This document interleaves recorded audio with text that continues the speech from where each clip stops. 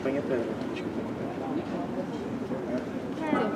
Estás a ver aquela placa ali escrita?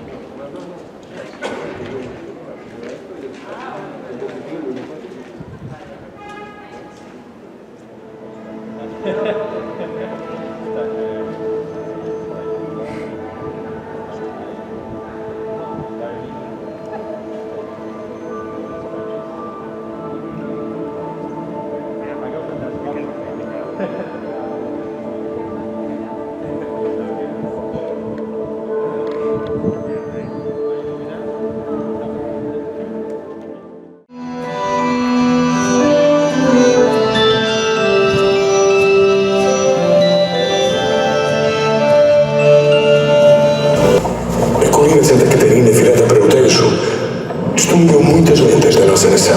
Dear Luís de Camões, your mastery of verse has been compared to that of Shakespeare. Your masterpiece, Os Lusíadas, honors the Portuguese discoveries.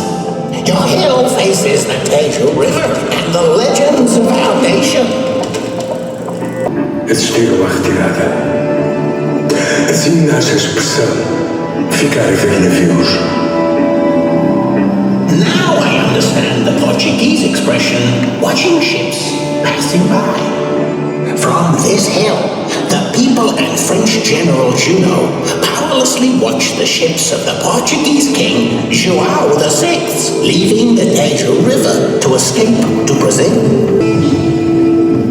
Quase um século depois, o notável diário século foi suspenso.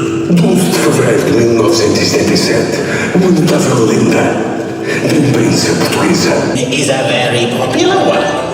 As popular as this flea market, where each object hides a story. Artista, sou futurista.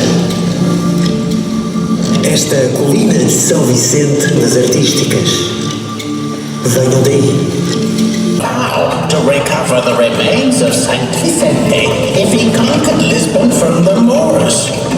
After a 60-day siege, the king took back the city.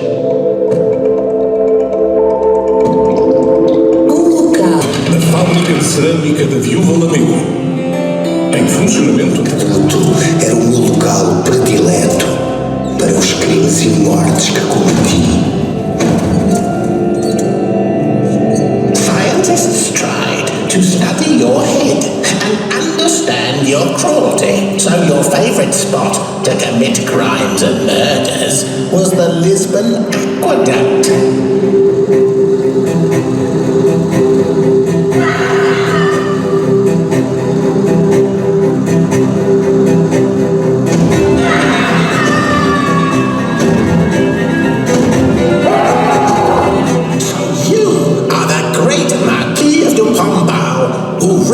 Lisbon after the big earthquake of 1755. Show us how important St. Andre Hill is for you.